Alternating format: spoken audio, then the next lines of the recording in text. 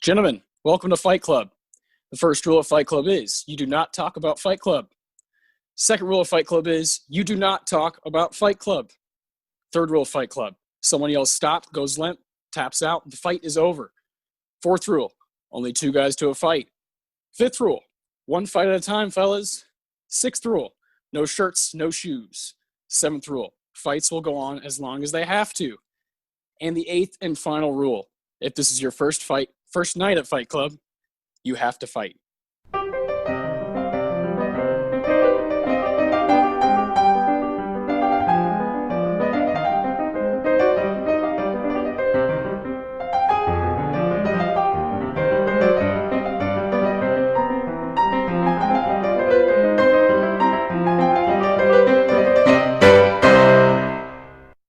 Welcome to episode 12 of Oscar Sunday. I'm Austin Johnson, joined by my great host, co-host here. This is a special episode. We're talking about Fight Club, and it's one nomination at the 72nd Academy Awards. That's the criteria that this show requires, at least one nomination, and we thought it would be funny to throw Fight Club in here for the 90s cycle. Connor, is Yes. Fight Club your favorite 1999 film? Your favorite Fincher film? It might be my favorite Brad Pitt film.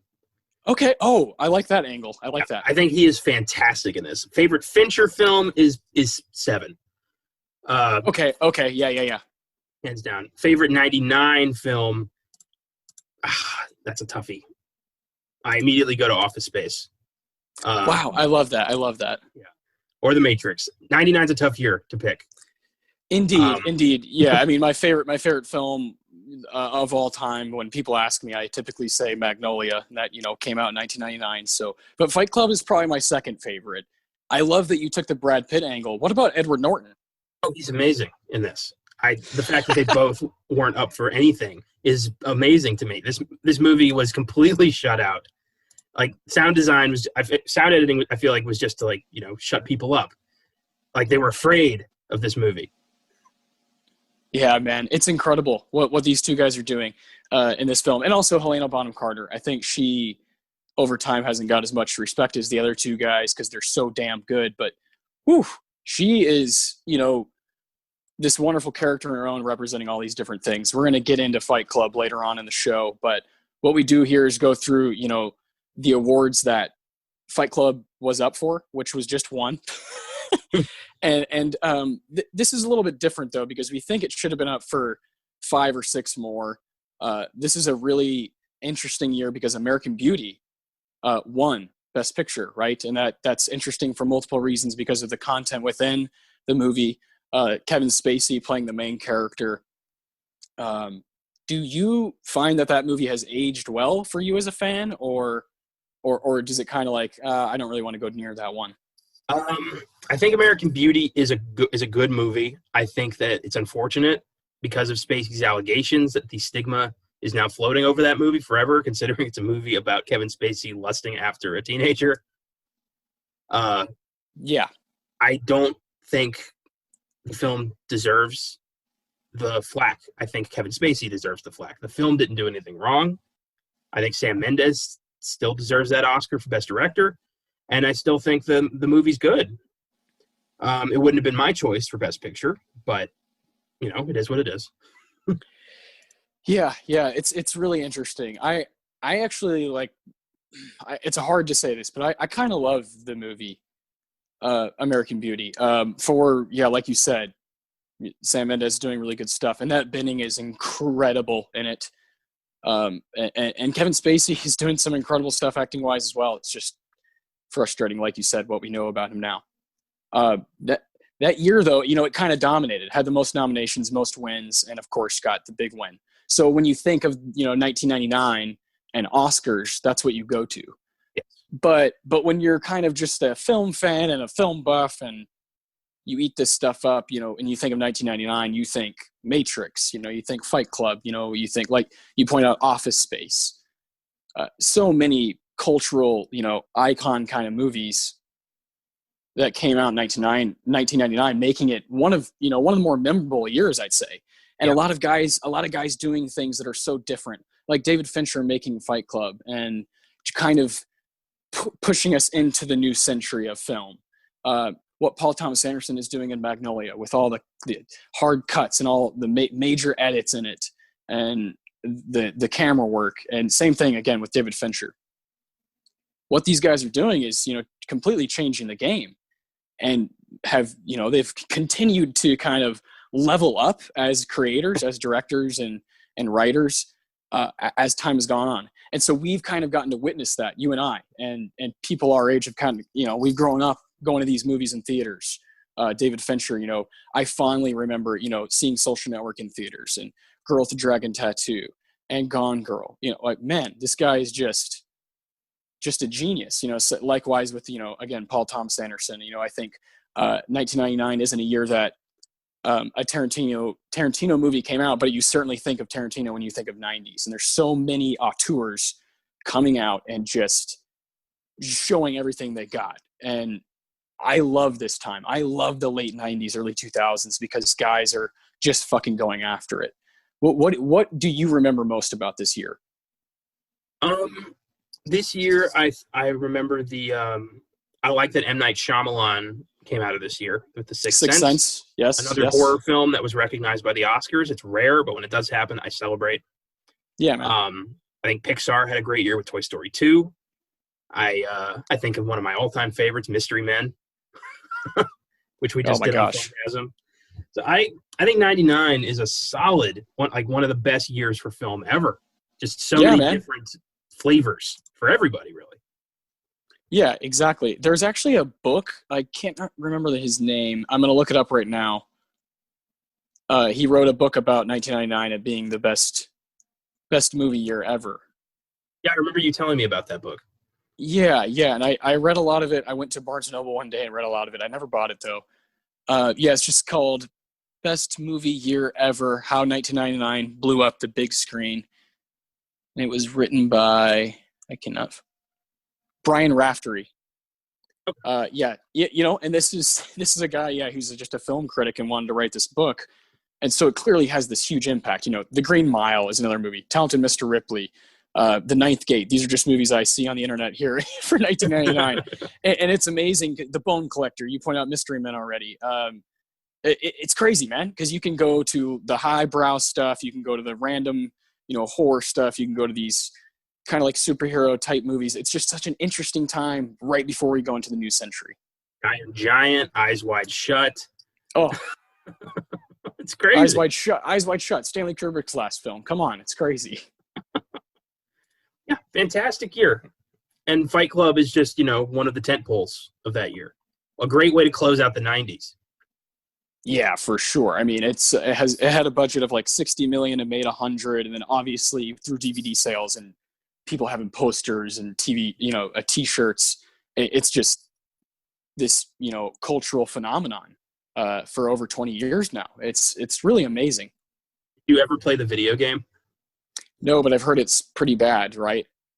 It's a fighting game, basically. They ignored all the subtext and just focused on the fights, and it's ridiculous. Yikes. That's bad. Yeah. There's unlockable characters like Abraham Lincoln. You can play as Abraham Lincoln. Things like Unbelievable. that. It is ridiculous.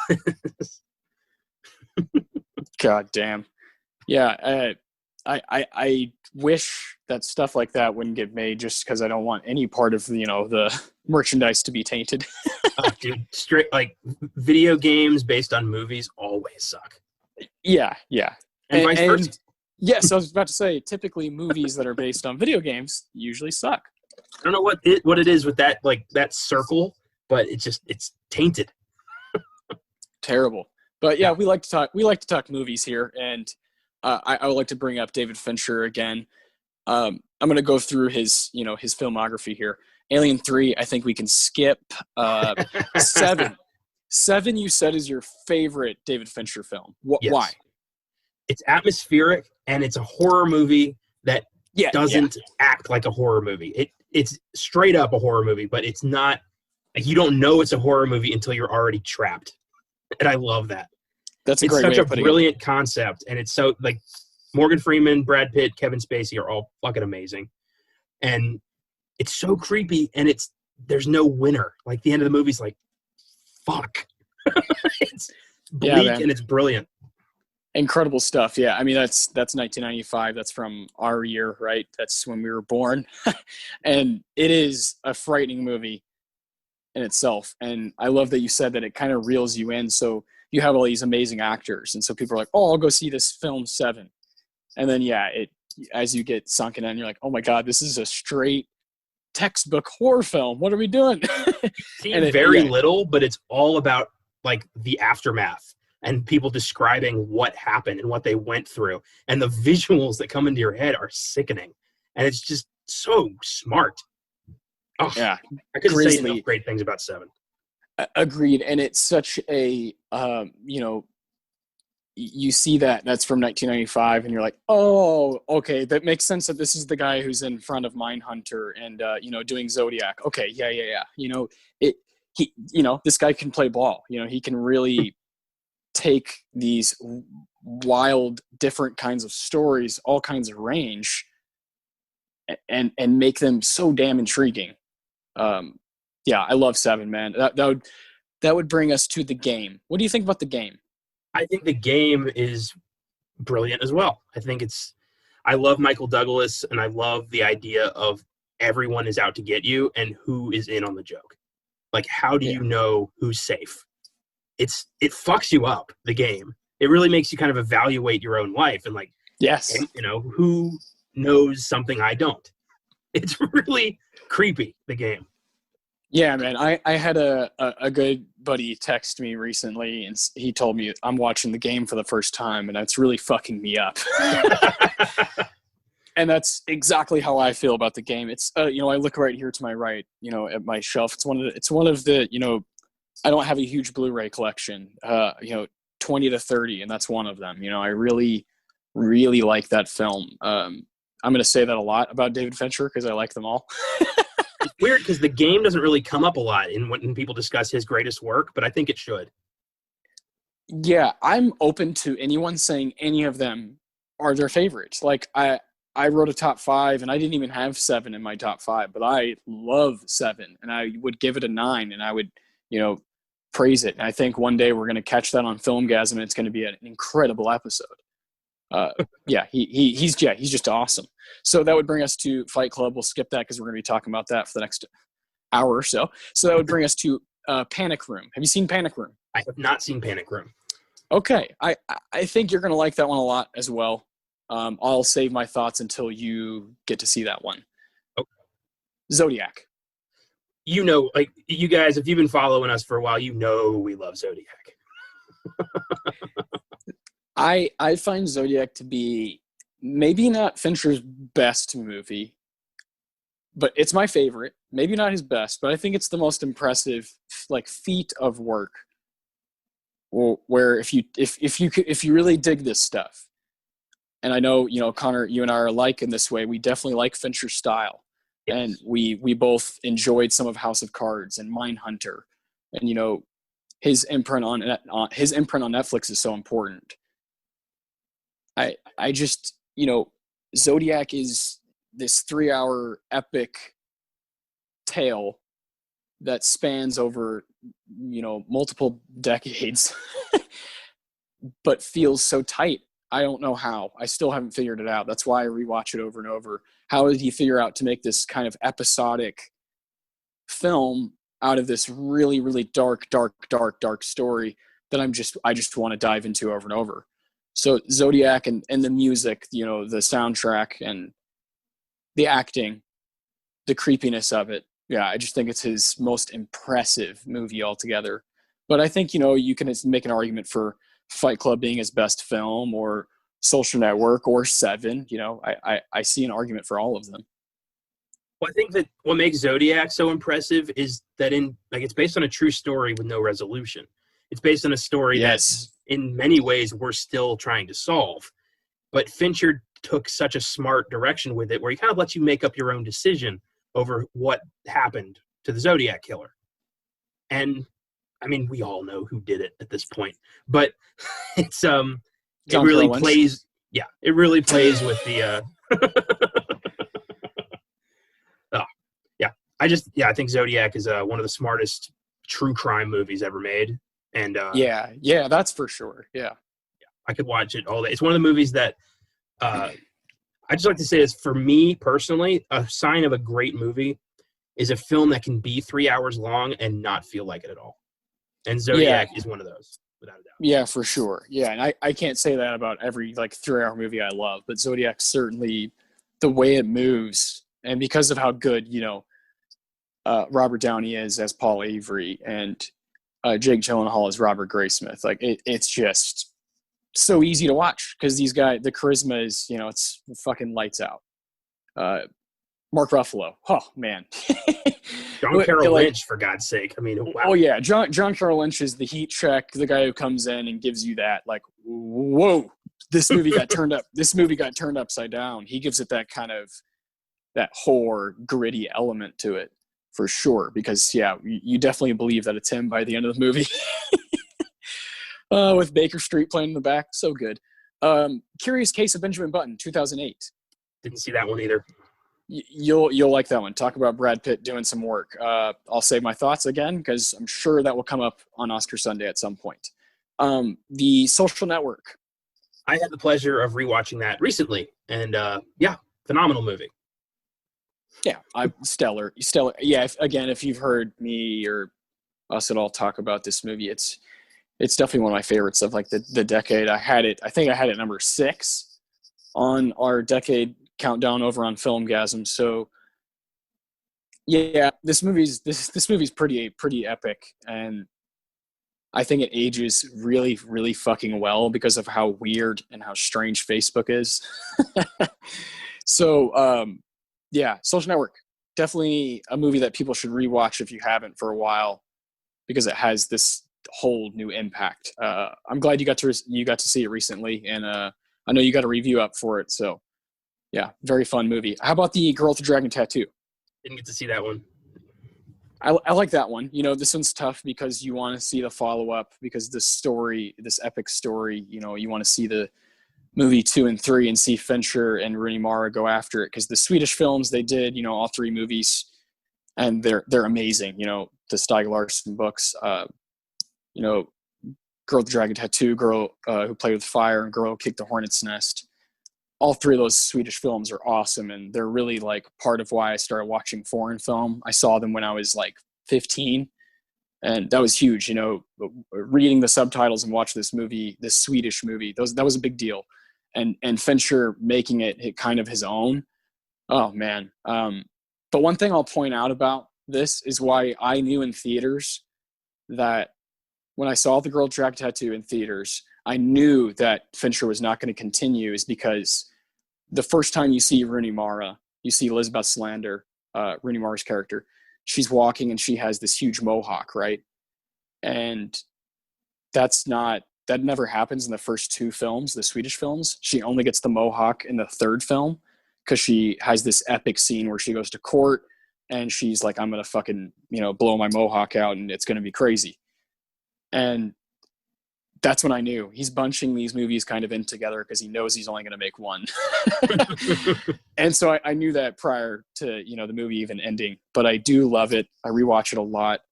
A lot of really cool performances. Daniel Craig isn't even trying to do an accent, but it's okay because it's Daniel Craig. Yeah, he's awesome, and he's in the middle of his Bond run, 2011, so that's really cool. Have you seen Gone Girl? Gone Girl fucked me up. That movie is so disturbing. Yeah, man. Gone Girl is awesome. Another movie that deserves rewatch and reevaluation for people who haven't seen it in a while. When we talked about 2014, I thought it was insane how it got just completely neglected in certain areas by the Oscars that year. Gone Girl is technically so strong, and it's David Fincher really flexing his muscles with some simple stuff, from the way, Ben Affleck, fucking slides the whiskey glass across the table, and David Fincher captures every fucking movement of that. Gone Girl is epic. It's a movie that I had never read the book when I went and saw it. I didn't know anything about the story. I just thought it looked cool. And Yeah. I love how the movie is nothing like what you expect. If you're going in blind, it's a completely different, like, it's like Dr. Jekyll and Mr. Hyde. It morphs into something ugly. And it's so cool to see that transformation. I mean, Rosamund Pike, she's the only one who got a nomination from that film, but it was well deserved. Yes. She was unreal, just like a great villain. And yeah, I'd love to. It's been a while since I saw Gone Girl. I'd like to revisit that. It's Gone Girl is another one. If you listen to our Whiplash episode, you'll know 2014 is a big year for both of us. It's a big year for Filmgazm, the website in general. But I saw Gone Girl in theaters. Then I went and got the book, read the book. Then I took a couple friends to go see it in theaters again, and I was just, it's a film I just kind of got locked in on, and it just solidified my adoration for David Fincher at the time. And I remember buying the DVD and watching the commentary. That was one of the first times I ever did that, where I was like, I'm going to buy the movie and watch. I want to hear what David Fincher has to say about what was happening in this movie. And so it just holds a special place, man. And like you said, Rosamund Pike, well deserved. She's one of the best villains of the past decade, man. Like, that scene with Neil Patrick Harris is just, and if you're listening and you know what we're talking about, it is just engraved in your mind. One of the most gruesome scenes, filmed so well, edited so well. Love it. Yeah, Gone Girl is incredible. That would bring us to, we could talk about Mindhunter, or we can talk about Mank, which is supposed to come out sometime in 2020. David Fincher, man, just always doing cool shit. For sure. David Fincher's the man. And yeah, I can't wait to see what he does with Mank. Just the story of the guy who wrote Citizen Kane. I mean, come on. Dude. Yeah. I mean, Gary Citizen Oldman, Kane, Jesus. Citizen Kane, great film. David Fincher, great director. All these things that you're just kind of throwing into a film. I'm in. And I loved Mindhunter. Just two fantastic seasons of television, and I really don't like that we're probably never getting a third season. It was phenomenal. Yeah, man. I mean, and Fincher's awesome a big stuff. part of making Netflix a powerhouse in the film industry. He helped bring House of Cards to their platform as like their first major series, and it just grew from there. Yeah, exactly. Right. Thank you, David Fincher. Yeah. No, I beyond grateful. He's got to be one of my top 5 to 10 favorite, directors. Anything he does, yeah, I'm there. He's one of those guys. I'm gonna see it in theaters. I ever since Social Network, I've seen those other movies in theaters, and I feel a certain way. He has that same thing that again, I'll bring up Tarantino, has that same kind of has that pull. Like, I'm there, I'm in the seat, I'm in good hands. Let's do this. For sure.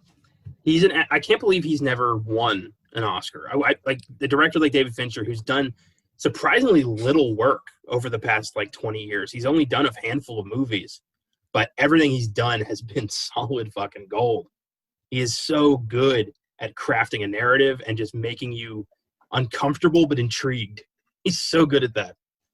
Yeah. The stories, just if you just take away the films themselves, if you just look at the stories he's picking to put on the screen, you're like, man, this guy's interesting. He wants to tell the story of these college guys who started this Facebook thing and kind of had this weird war, and ended up being this multi-billion-dollar thing. Tell the story of, like you said, the Zodiac killer. Come on, on paper all these things are, he's just like, fuck yeah, I want to tell that story. Let's put it on the big screen. And I adore people who have that power, right? Who have that weight, who can say, hey, I want to make a movie that cost around 50 million to 100 million and do my own thing. And it's so cool to see a guy do that and fucking follow through over and over. Absolutely. And Fight Club, I think, stands out in his filmography, which is really saying something. But it stands out as a film that almost defines a decade. Just kind of makes you think, what matters to me? Who am I? And I love that this film kind of brings out those thoughts. I mean, sure, you should never act on those impulses, as we see in the movie. Doesn't end well. But definitely, confront those feelings. Think about You know, who am I as a person? What defines me? What's important to me? What is my purpose? And yeah, I've been thinking about that all day. Incredible. I love that. That was really cool. I love that. That's kind of something that you've been kind of chewing on today, after, you know, watching the film or in thinking about film, and then knowing that we're coming here to talk today. There was a million things that flew through my head today, because I knew Fight Club was, you know, on the docket, and I knew 1999 was on the docket, and David Fincher, and all these really, really huge tentpole things for us as fans. And I was like, I don't really know what all we're going to say, but I know I have a lot to say. I know there's a lot there. I know that these films have really affected me, and that's enough, right?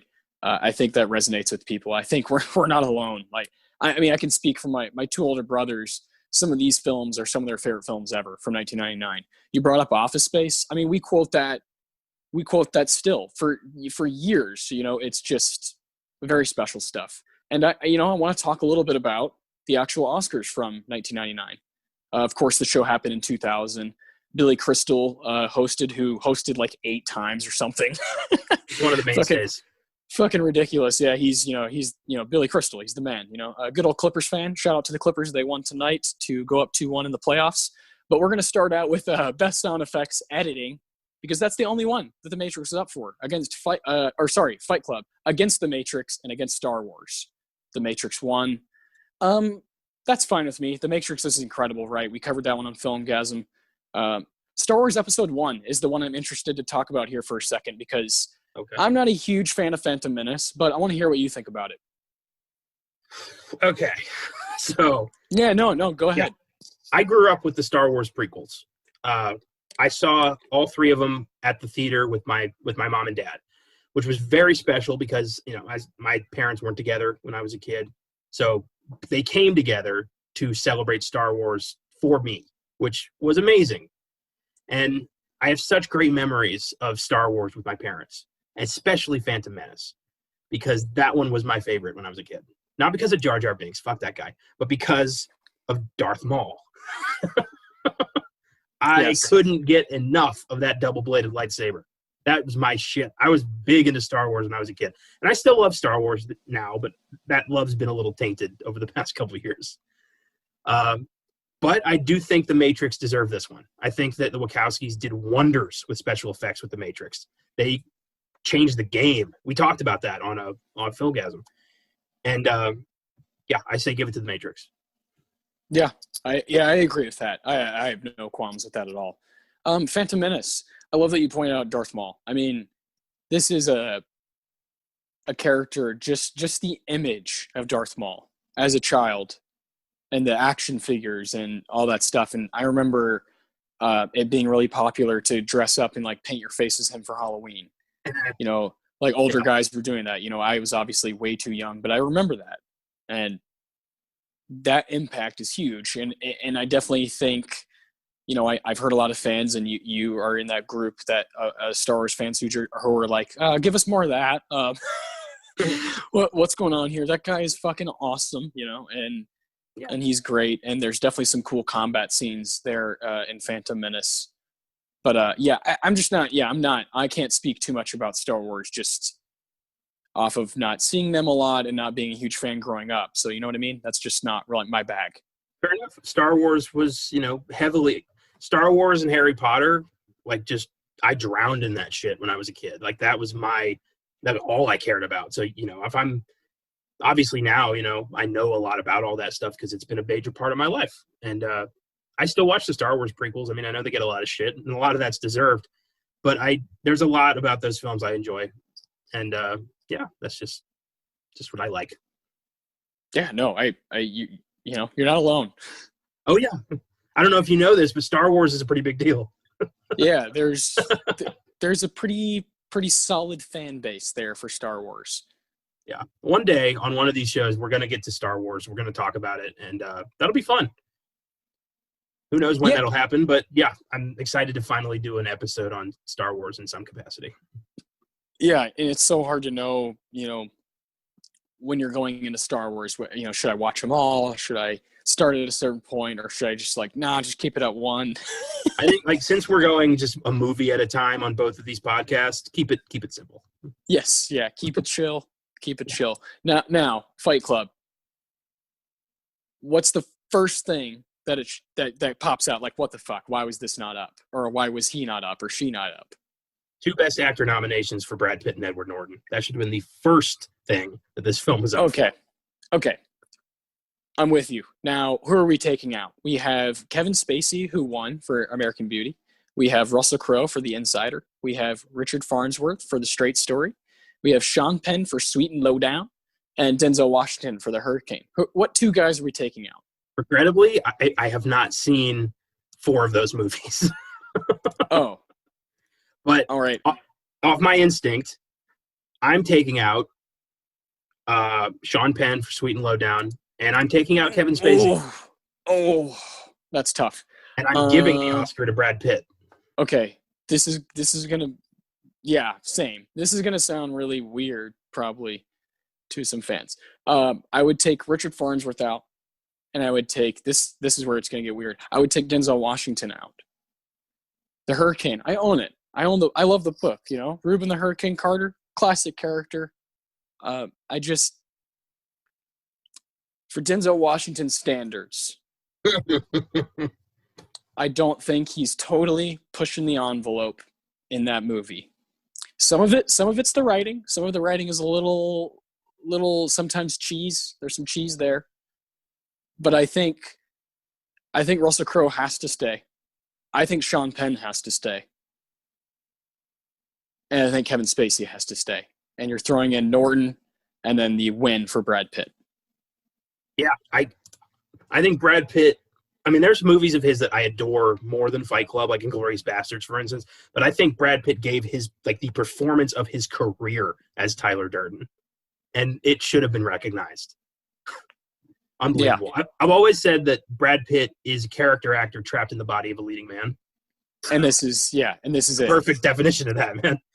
And then Edward Norton, like, just them two together is a hurricane of incredible performances, and they just play off each other so well, and they just create this atmosphere that is so guy, you know, just beating the shit out of one another, but with a purpose. They couldn't have cast this film better. Yeah, and I'm going to take it even further and take Kevin Spacey out and put Matt Damon in for The Talented Mr. Ripley. Yes. Well said. How about your boy Tom Hanks for The Green Mile? What do you think about that? I can't believe him and Sam Rockwell were not up for The Green Mile. I mean, Michael Clark Duncan is unreal. I'm very happy he was up. But, yeah, everyone else in that film was great, too.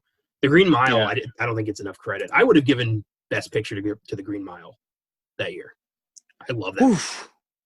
That's an interesting conversation. Do we just want to have that conversation now? Might as well. Sure. So fuck it. So yeah, the nominees are, you know, The Sixth Sense, The Insider, The Green Mile, The Cider House Rules, and American Beauty.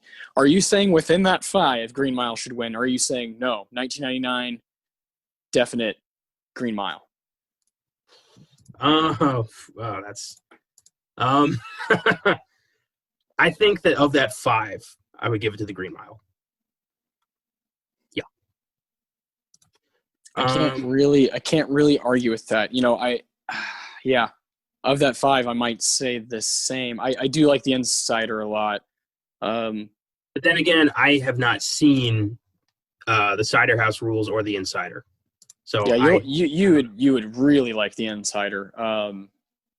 Cider House Rules is really good too. You know, that's Michael Caine is really doing some great stuff, and he won for Best Supporting Actor in a really interesting group there. Yeah. Good Lord, that should have gone to Tom Cruise, I think. Oh my God. Well, yeah. Best Picture. I think of that group, I agree with you, but I mean, Fight Club should be in that. It should be in there. I mean, it should be in there. Yes. I'm not sure over what. Maybe I would take. Maybe I would take American Beauty out. I do really like it, but I don't know. Oh, this is really hard. Because American Beauty is really good, but it's not a Best Picture winner. I don't think. Yeah. I think it's really good, but yeah, I agree with you. I like love some parts of it, but I also don't think it's a Best Picture type movie. Talented Mr. Ripley, man, that movie's awesome. The acting is incredible, and that just the amount of kind of like old school thriller, vibes that are going on there. It's just awesome. This is just because it's like so out there, but I would love a Best Picture nomination for Being John Malkovich. Oh man, yeah. I mean, Being John Malkovich, Fight Club, The Matrix, Magnolia. It's a loaded year. Yeah. It's a loaded year. Yeah, and we're forgetting some, I'm sure. When I look back, I'm gonna be like, oh, what about this movie? It's just, like you said, it's loaded. But yeah, the Best Supporting Actor goes to Michael Caine, and you have Haley Joel Osment, Jude Law, Michael Clark Duncan, rest in peace, and Tom Cruise. Okay, Tom Cruise in Magnolia is, when I first watched Magnolia, that's what I first got attached to, was Frank T.J. Mackey, was that character, and I was like, whoa, is that Tom Cruise? Because when I first saw this movie, I was unfamiliar with his kind of like wild side. I knew him as Mr. Mission Impossible and, action movies, Edge of Tomorrow, stuff like that, more the latter parts of his career. But man, you look at just 1999 alone, he's in Magnolia and Stanley Kubrick's Eyes Wide Shut. What on earth? What's going on in this guy's mind? And, I love his 80s run. I'm a big Risky Business fan. He's just on a different planet sometimes. And, obviously off the screen, he's on a different planet. But in Magnolia, what he's doing, and Philip Seymour Hoffman is just kind of reacting, to him. I think I said this at one point on Filmgazm, but shared this story, but Philip Seymour Hoffman's reactions are totally raw and authentic. Like, he had no idea that this was really being shot or what exactly was happening. He was just watching Tom Cruise just fucking go in, because Paul Thomas Anderson had challenged him with his own, relationship with his father in real life, Tom Cruise, and was like, use that, man. Of course, Paul Thomas Anderson is at this point on all kinds of cocaine and doing crazy stuff, and editing every single piece of of material he had. And it got the best out of him. That movie got the best out of him. It's my favorite Tom Cruise role, and it just shatters me. By the end of that movie, I'm shattered by most of the characters, but really by Frank T.J. Mackey. Yeah, because Tom Cruise plays him as like a vulnerable soul who's just extroverted to hell so he can avoid confronting his real problems. And Tom Cruise really sells that so well. It's the scenes where he's talking to the reporter and just stonewalls her. Like, there's so much in that character that you don't see, but you understand. I love it. Yeah, okay. What a great point. So Magnolia is clearly, it's clearly a special film to me. And there's thoughts that I've had about it, but I sometimes I'm not able to articulate, but that is it, right? There's things you're not seeing with each of these characters because the way the camera is bouncing around all over the place, to Julianne Moore, to Philip Seymour Hoffman, to John C. Reilly, to William H. Macy, and to Tom Cruise. And he's, doing that interview, and he's, taking his shirt off, and he's like, what, you're not recording? Like, I'm giving you some gold right now. Like, come on, babe. Like, oh, I just gotta, go sniffing around. And he's just like, what is happening? But you see right through it right away. And even when they move to these other characters, in the back of your mind, you're like, Frank T.J. Mackey is breaking down. Like, he's breaking down right now off screen. I guarantee it. And it's epic. That movie is fucking epic, man. I can't wait to do it one day on this show. Paul Thomas Anderson is definitely my favorite director of all time. So it's super special. I love that you point out that he should have won. Yeah, man. Tom Cruise, yeah, for sure. But then again, I haven't seen the Cider House Rules, so I can't judge it. That's the only one of that bunch I haven't seen, so I don't know if Michael Caine deserved it. You'll like it. You'll like it a lot. I don't know if I think you'll still stick with Tom Cruise, but Michael Caine is very good, just like he always is, right? That might also be the thing, is like Tom Cruise is going all over beyond, what we're used to, and Michael Caine has just been fucking amazing for 60 years. Helena Bonham Carter should have been up for Best Supporting Actress. I agree. Yes. I think maybe I like Boys Don't Cry a lot. I like Chloe Sevigny in that. Angelina Jolie is awesome. Toni Collette is awesome. Catherine Keener. But Samantha Morton, I've seen Sweet and Lowdown once, and I really like Sean Penn's performance, but that's the one I would take out for Helena. Yeah, I hate going into these things without prior experiences. I haven't seen Girl Interrupted or Sweet and Low Down or Boys Don't Cry. So, okay, well, that's really interesting because I like a year ago or two, I wouldn't have seen Boys Don't Cry or Girl Interrupted, but I'll explain. Since I, have, had my own daughter now for a little over a year and a half, Willow is, the like light of my life, and I definitely have watched more things that are have like female representation or or stories that are revolving, like Girl Interrupted is revolving, Winona Ryder and Angelina Jolie, these really these girls that are mentally ill, and are battling through these things where they feel like people aren't listening to them or they're neglected. Chloe Sevigny and Boys Don't Cry. My God, Hilary Swank and her are doing just some fucking crazy cool stuff. And I wouldn't have watched that movie if I wasn't dating the girl I'm dating and having the daughter and kind of being influenced to watch those kinds of things. And I really have to give credit to, like being broken down, like part of like my, like, oh, I need to see these things now, right? Like as my daughter grows up, I want to have, movies are my way to learn. So I want to have, the best, idea for all these different ways, females can be and, want to be heard and, their dreams listened to, that kind of thing. And so watching these female performances, I mean, Toni Collette and Catherine Keener, you've heard me, these are two of my favorite performers of all time. So this group is really special, man. I have Girl Interrupted. I'll let you borrow that, man. I really like it. Angelina Jolie is fucking wild. She's crazy in that. It's awesome. And Chloe Sevigny, I Love Kids, a real tough movie from 1995. And Chloe Sevigny is just this awesome actress who's been in these very strange roles. Yeah, man. I'd say that's kind of why I've kind of went out of my way a little bit is, I really have to give credit to my 1.5-year-old daughter. That's beautiful, man. I'm happy for you. Really. That's fantastic. Well, it's you've seen, I just sent you a Lilo and Stitch review. So like that's, what I'm saying? Like I'm watching, cartoons more and stuff with Willow. And then, in my own time, I'm trying to branch out more, I guess, and do those kinds of things. That's great. I love that. I love the variety. And I love that you're like actively aware of that. That's fantastic. Well, yeah, man, if I'm going to watch all these movies, might as well broaden the horizons a bit. Oh yeah, dude, since we started these shows, I've seen shit I never would have picked up. Like it is crazy. I love it. I love the incredible variety of cinematic opportunity out there. It's wonderful. Yeah, man. Beautiful. Like the ocean just gets deeper. Love it. And speaking of best adapted screenplay. My God, how was Fight Club not up for this? Jesus.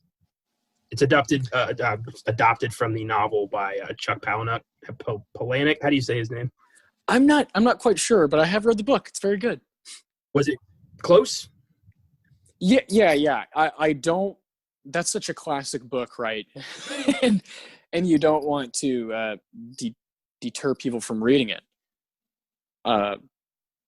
There's major similarities. There's definitely some differences, right? There's some things that David Fincher, just like with, Gone Girl or whatever it may be, some key differences that he decides to make because they're probably better for the screen.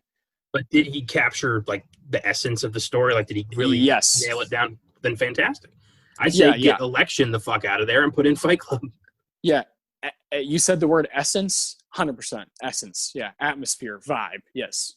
Have you ever read the graphic novel sequel he wrote a few years ago, Fight Club 2? No, I haven't. I don't know why. I just, man, reading is something that a lot of us should do more, and I just don't do enough of myself. I've got a full bookshelf. I just don't pick them up enough and don't spend enough time, watching a lot of movies and, hanging out with Willow and watching movies. You know what I mean? Well, it's probably for the best. I heard it was not very good. Yeah, but I still want it. I still want that. Like, I want that knowledge of, like, maybe there's some cool stuff in there. You never know. Yeah, you never know. So best adapted screenplay was taken by The Cider House Rules by John Irving. It was up against Election by Alexander Payne and Jim Taylor, The Green Mile by Frank Darabont, The Insider by Eric Roth and Michael Mann, and The Talented Mr. Ripley by Anthony Minghella. And I did not like Election. I don't get the acclaim behind that movie. I just don't. So I'm taking that one out and giving it Fight Club. Yeah, you're not gonna get any arguments here. I'm totally in agreement that you take Election out and put Fight Club. I'm not a very big Matthew Broderick fan. I'm not a very big Reese Witherspoon fan. So I was not really into that one. Huh. I don't think I'm a big Matthew Broderick or Reese Witherspoon fan either. But I don't think I'm not a fan. I don't know. I'm neutral. I just thought it was kind of bland. I thought the story was a little weak, and I didn't really enjoy it that much. I don't really understand the kind of cult following of Election. Yeah, I think for a lot of people, it reminds them of a time. It's nostalgic and is very 1999. Yeah, fair enough. I wasn't in high school in 1999, so I don't. Yeah, know. like in the way American Pie feels very 1999. There's another one, American Pie. Yeah. I believe Toy Story 2 came out in 1999 as well. Yeah, it is a jam-packed year. Tarzan. Yeah, Tarzan. I was gonna say, what's the major Disney one? Yeah. South Park movie. Fuck. Yikes. Yeah, I remember when they were up against. Trey Parker and Matt Stone were up against Phil Collins for Best Original Song for their track "Blame Canada" from the South Park movie. Yep. Phil Collins beat them for "You'll Be in My Heart" from Tarzan, and when asked about it, they said, "It doesn't it's okay that we lost, but it's not okay that we lost to fucking Phil Collins." Oh God, Genesis, really? So then later on, they animated Phil Collins in a South Park episode, and he is always holding an Oscar. That's wonderful. Oh, boy. Yeah, I just had to tell that story. I fucking love that story. Awesome. One more Oscar I think that Fight Club should have been up for is film editing. No kidding. Jesus Christ, come on. Yeah, well, yeah, The Matrix won, and it's awesome. But again, come on. Was up against American Beauty, The Cider House Rules, The Insider, and The Sixth Sense. And Fight Club is all about how this story is told. It's like the whole, the way this film is edited really determines its success. Because you have to put yourself in Edward Norton's mindset and not realize that, spoiler, he is Tyler Durden. And the film does such a brilliant job of lulling you into the false sense of security and never even making you think that they're the same person. And all of that is how this story is told. Yeah, I think this should have won film editing. Yeah, no problem with that, man. And I think also another win it should have gotten, it didn't even get a nomination, is Jeff Cronenweth for cinematography. Yes. Again, going along the same lines, echoing what you're just saying, the feeling of this movie when you're in it and it's on your screen and you're like, oh yeah, Fight Club's awesome. That's what it is. You're in those guys' hands. You're with David Fincher. You're with Jeff. These guys know what they're doing. They've worked together for ages and they know what they're doing. It's just mind-boggling how time goes by and we're like, man, they missed that by a fucking mile.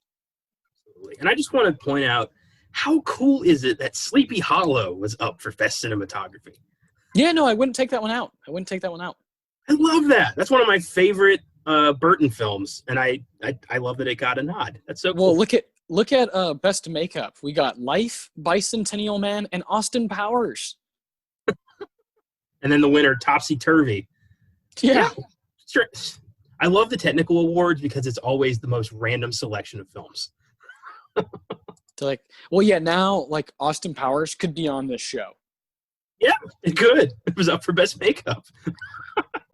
And we're going to remember that. Oh, I'm going to remember that. Yeah. I do. There's a film from this year that I've been dying to see.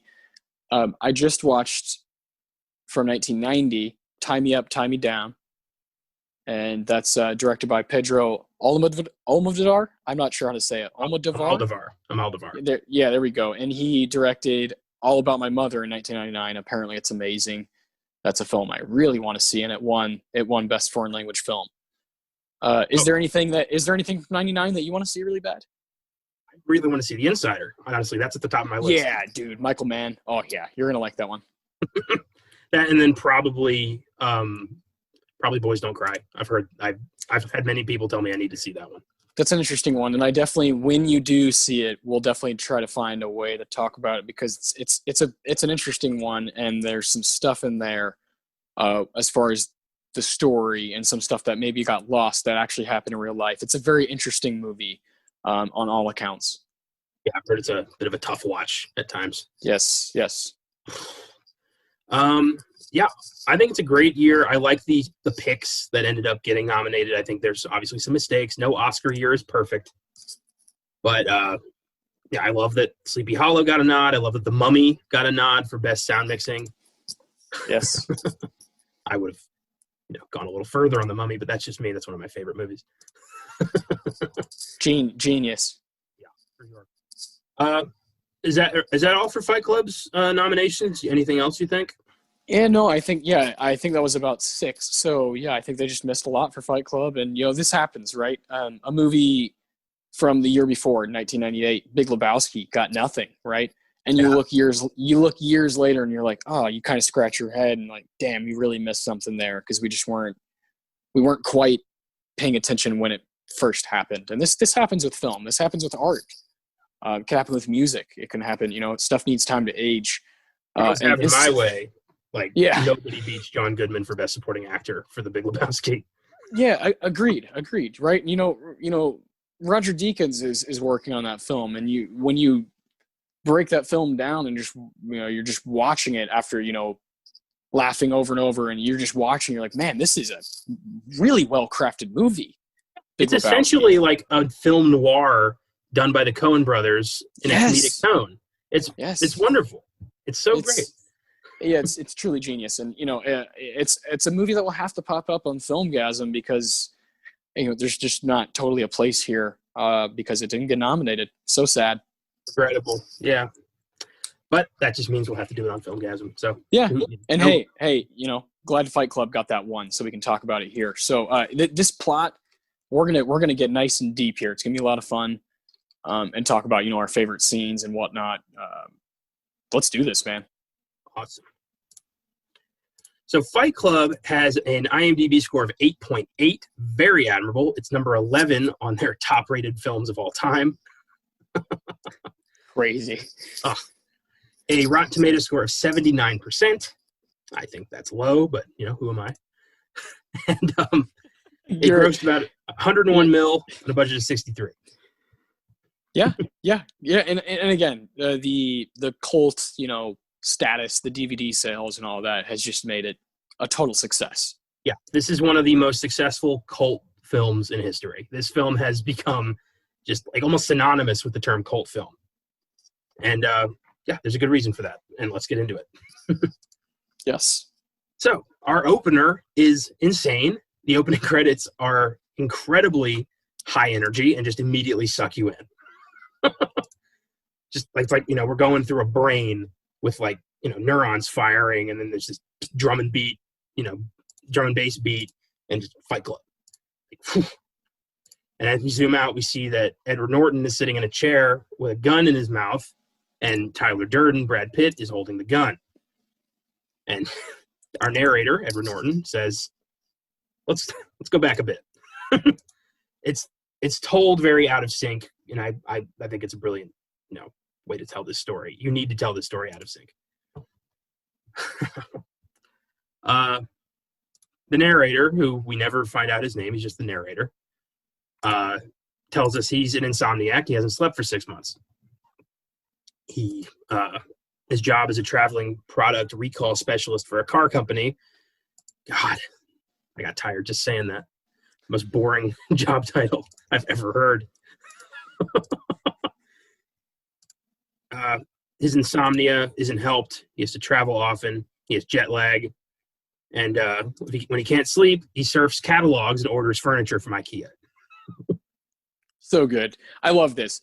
I love the, something that Brad Pitt is not doing, that Edward Norton is the entire movie, is narrating. is telling us what's going on and speaking about what's going on inside his head and inside the viewer's head, quite frankly. And when he's speaking about, which dining set, represents me, and all this stuff, it's really, really, really funny, but it's fucking depressing. Did it make you look around the room at your furniture? Because I did a little bit. This movie makes me look at my life. Yeah, for sure. It makes me look at the things like, the things that you own end up owning you, that classic bit that we'll get to here in a minute. It's just, yeah, for sure. It makes me question, like, why do I have all these DVDs? Why do I have all these books? Why do I have, do I really need all these T-shirts? Do I really, yeah, of course, everything. It definitely makes my brain kind of tick. Yeah, awesome. Fantastic. And I love the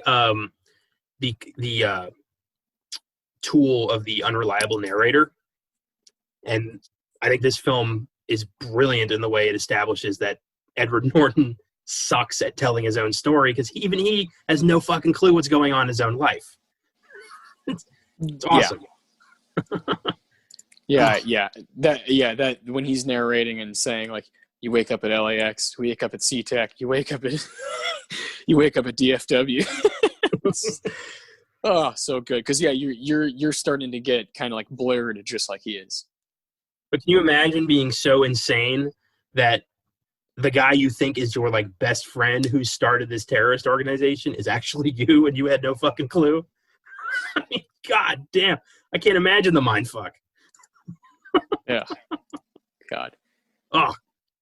So yeah, he's a slave of consumerism, and he's fully aware of that. He just realizes that he's not happy.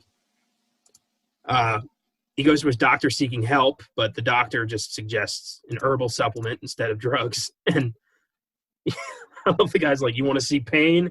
Come down to the support group for testicular cancer. That's pain. And that's where we meet Bob, who has bitch tits. Meatloaf. God damn. He's great in this. Meatloaf. I'll never not think that's weird. But his name was Robert Paulson. Did you notice the guy who starts saying that first? I had no fucking clue. He's Bill Tench in Mindhunter. Yeah, that's God. I didn't know that. What's his name? Why can't I think of his name right now? Yeah, the guy's awesome. Yeah. Jesus, what's his name? I'm gonna look it up while you keep going. It's been so long since before I watched it for the show. The last time I saw this was about 2 years ago. And I hadn't watched Mindhunter yet, so I didn't know, I wasn't connecting those dots. So now I am. And, another thing I never noticed was throughout the beginning, Edward Norton, when he's tired, will randomly see just the faintest flicker of Tyler Durden randomly throughout his day. God, I love that. Just if you're pausing it, you can fucking see him. It's so smart. Incredible. That's his name is Robert Paulson. That guy's name is Holt McElhenney. Yes. Yeah. Cool that Fincher's, still using people from, Fight Club in his TV show. Always. Wonderful.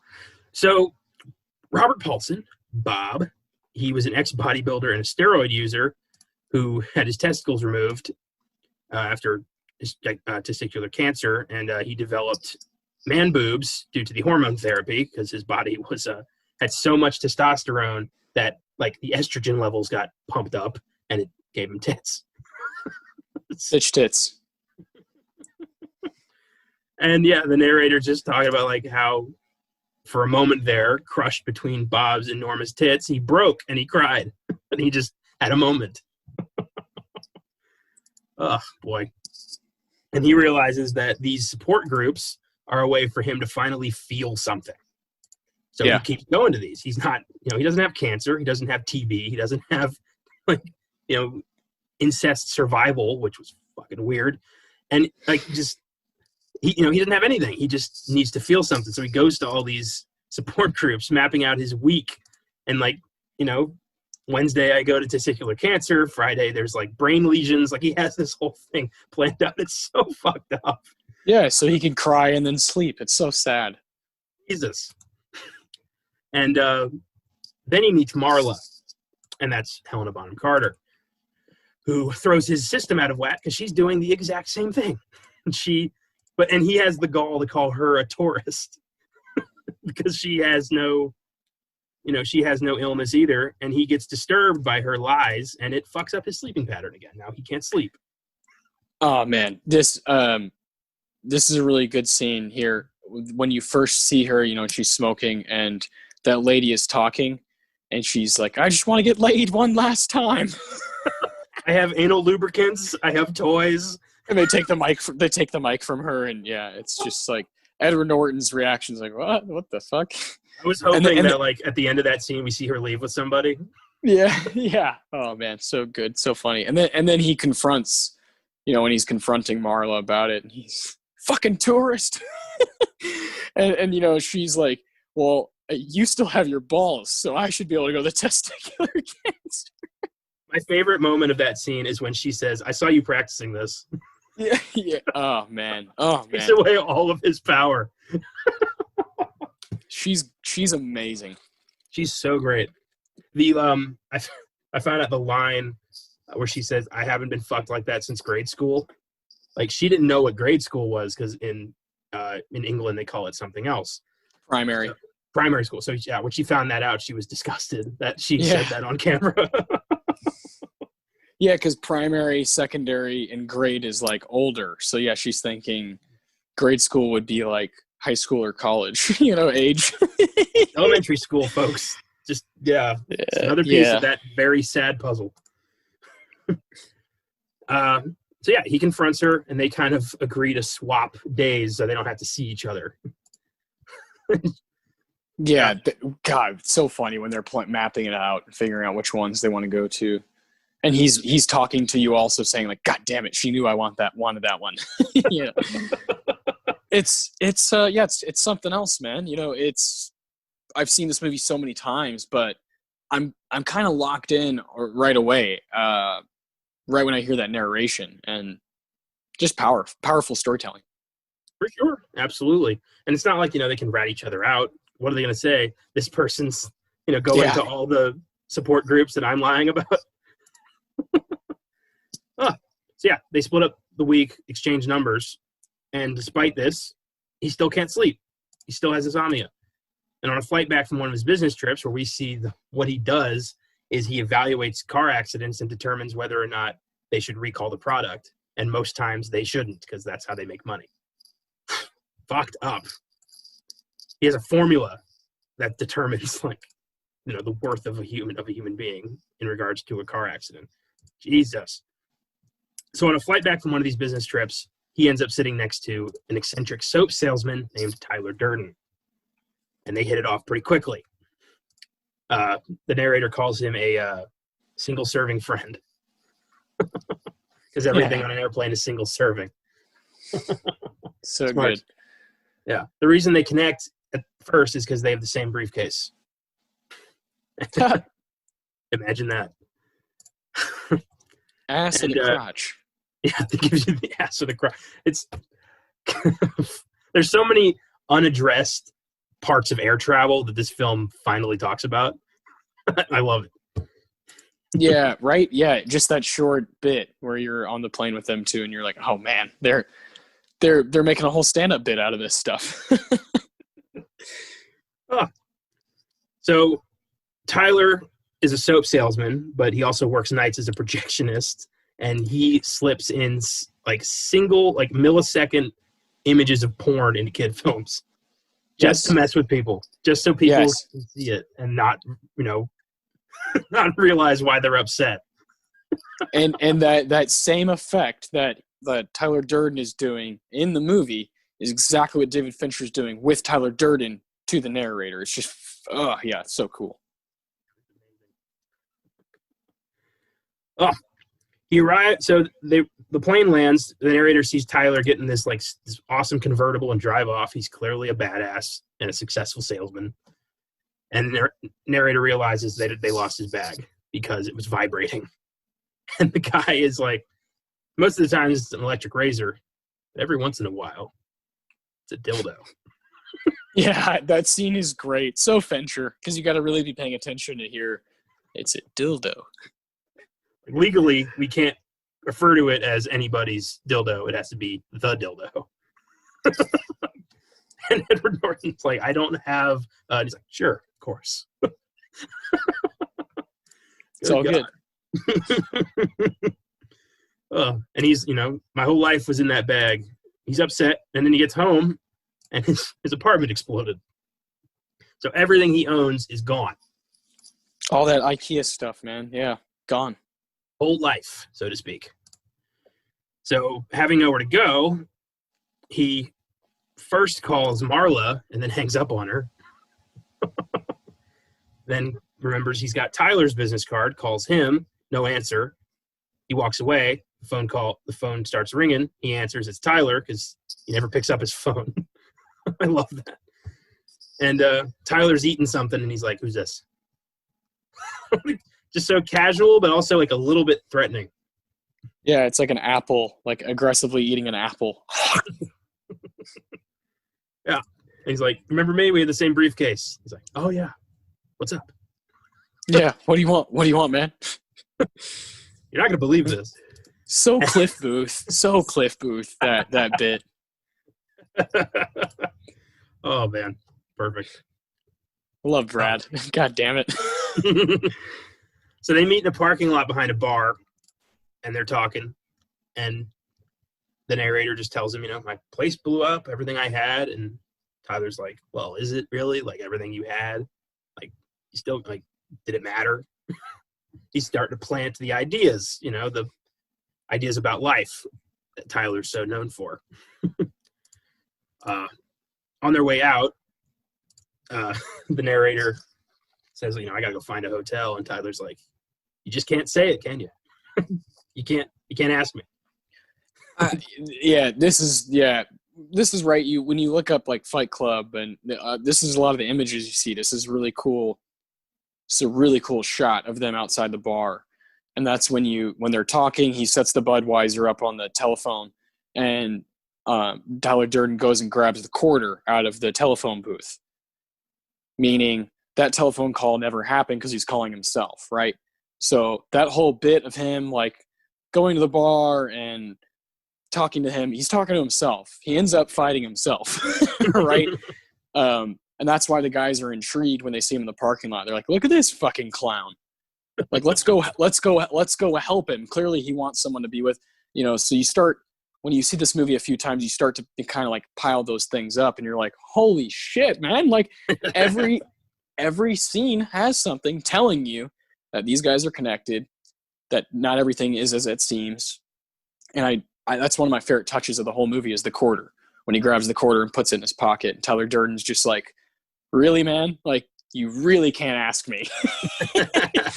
It's great stuff because you're distracted by him talking and his outfit, but what he's doing is so important to the story, and what the movie is itself. It's so cool. What's the doubt? And eventually the narrator does ask, "Can I stay with you?" Yeah.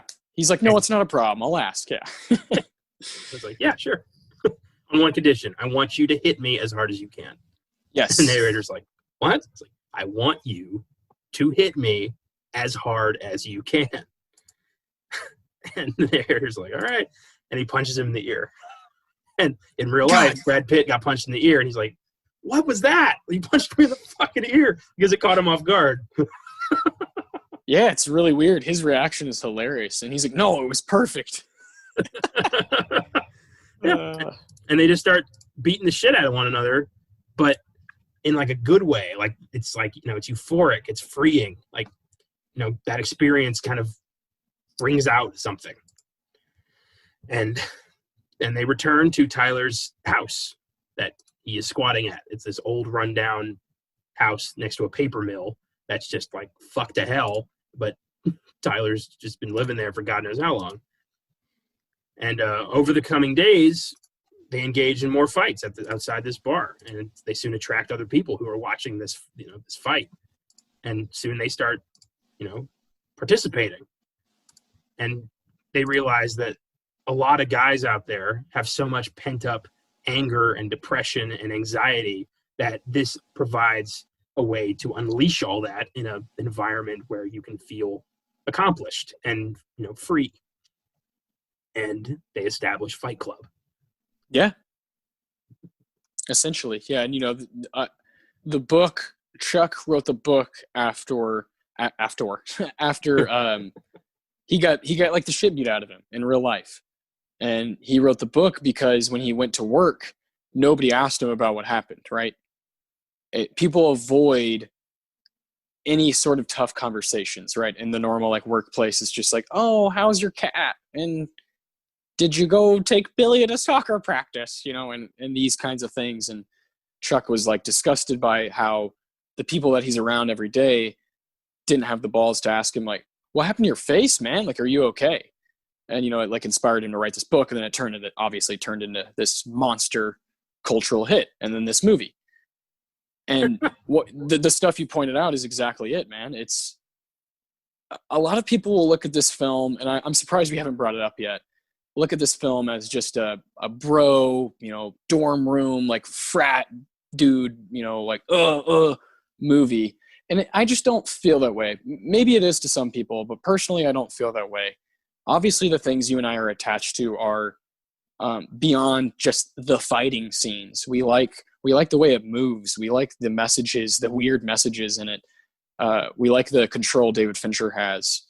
And it's just, I think it's a masterpiece, but I don't want people to get confused and think that we're just praising this movie about fighting or something. That's not at all what this is.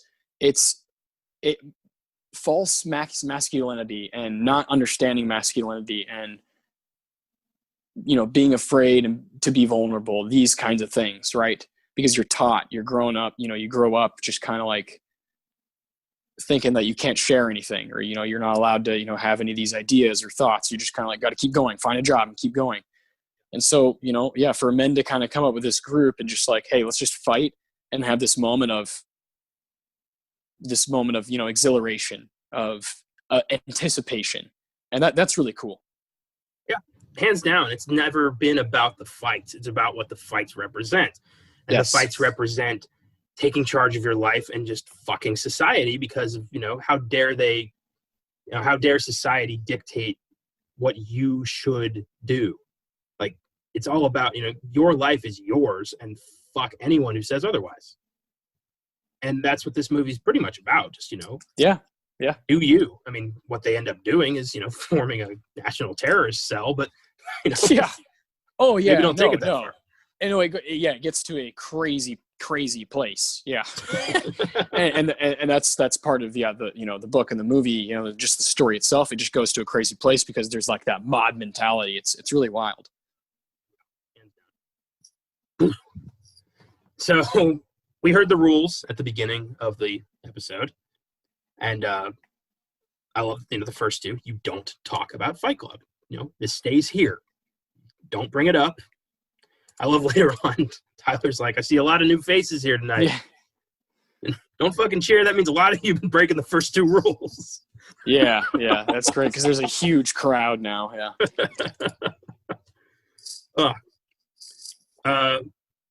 So through these fights, Tyler is preaching his unorthodox philosophy on life, his immoral kind of view of, society is wrong. They feed you, shit you don't need. Like, why are you kowtowing to this, machine that doesn't give a shit about you? Not gonna lie, it really, after working in an office for quite a while, it really makes you think about things. Oh yeah, man, for sure. Yeah, when you just feel like you're neglected and not listened to, and your ideas don't matter, it takes a toll on people. Yeah, crazy.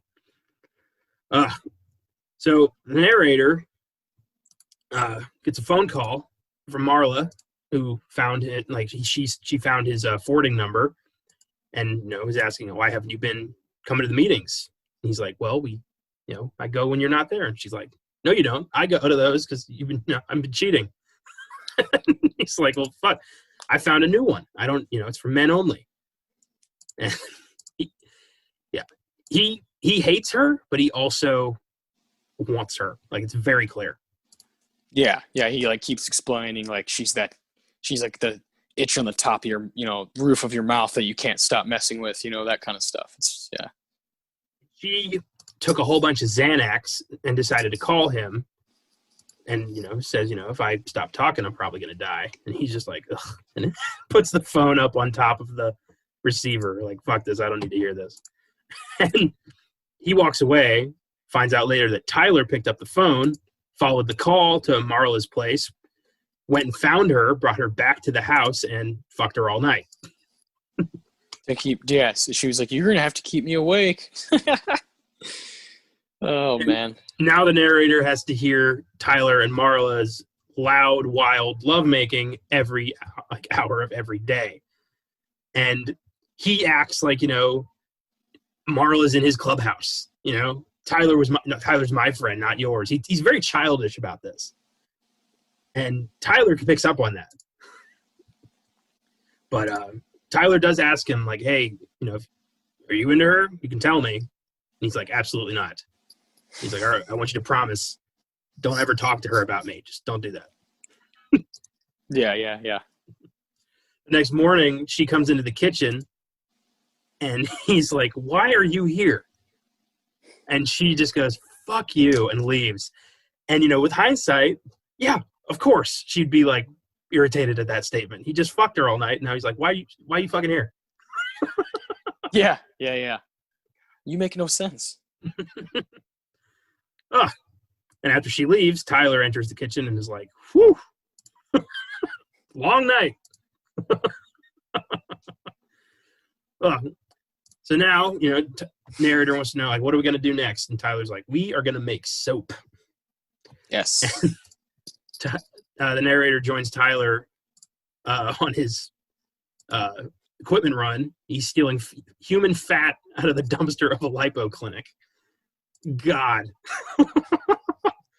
He says the best fat to use in soap comes from human beings. And like a bag gets caught on the barbed wire and just cuts open, and it's so goopy and nasty and ugh. Yeah. God. Yeah, they bring it home. Tyler shows him how to render tallow from the fat, explains a bit about soap making. And he has the guy, Tyler has the narrator hold out his hand. The narrator's like, what's this now? And Tyler's like, oh, it's a chemical burn, and pours lye on his hand. God, dude. God. And it's just bubbling in his hand. The narrator's freaking out. And Tyler refuses to let him wash off the burn. Says, water's going to loosen the burn, and that this is a rite of passage. He says, you need to accept that you are not at bottom. You don't know what it is, but this is your first step. If you really want to learn what it means to have nothing, let it burn. Oh, man. Yeah, and that's the scene where apparently Brad Pitt's parents had to stop watching. When they were watching Fight Club, they were like, oh, I think we're out. Jesus. Yeah, he said that on, I believe it was Mark Maron's podcast where he said that and admitted, yeah, his parents gave up at that point. God, I would love to hear Brad Pitt dissect his career. Oh yeah, check that podcast out. Him and Leo were on Mark Maron's podcast, about a year ago when Once Upon a Time came out, and then he was on Bill Simmons' podcast around the same time. And yeah, he really gets into it. It's really cool. Fantastic. I always liked him. I always thought he was he seemed like a cool guy in real life. Yeah. Doesn't really take himself too seriously and just kind of enjoys the work. I love that. Yeah, he's awesome. So after the narrator accepts this, Tyler shows his own lye burn on his hand and neutralizes the burn with vinegar. Jesus, that whole scene just makes me fucking cringe. It's super gritty, and then when you see other people with the burn, oh man. Becomes like the unofficial symbol of Project Mayhem, as we will come to know. Initiation.